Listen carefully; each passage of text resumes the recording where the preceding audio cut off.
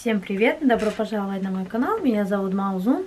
И сегодня, как я обещала, буду показывать вам свои ткани. Это будет второй часть, потому что, так как я говорила, у меня много их. Если я это все вам буду показывать, естественно, это будет очень-очень долго. Поэтому я как бы разделила, вот можно сказать, показ своих тканей на несколько частей.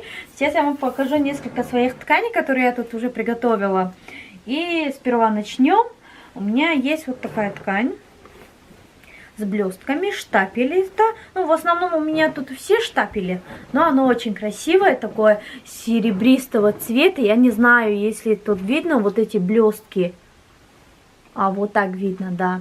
Очень-очень красиво. Я из этого шила платье. Это выкроенные уже давно, можно так сказать, платья. Я из него хочу шить длинное.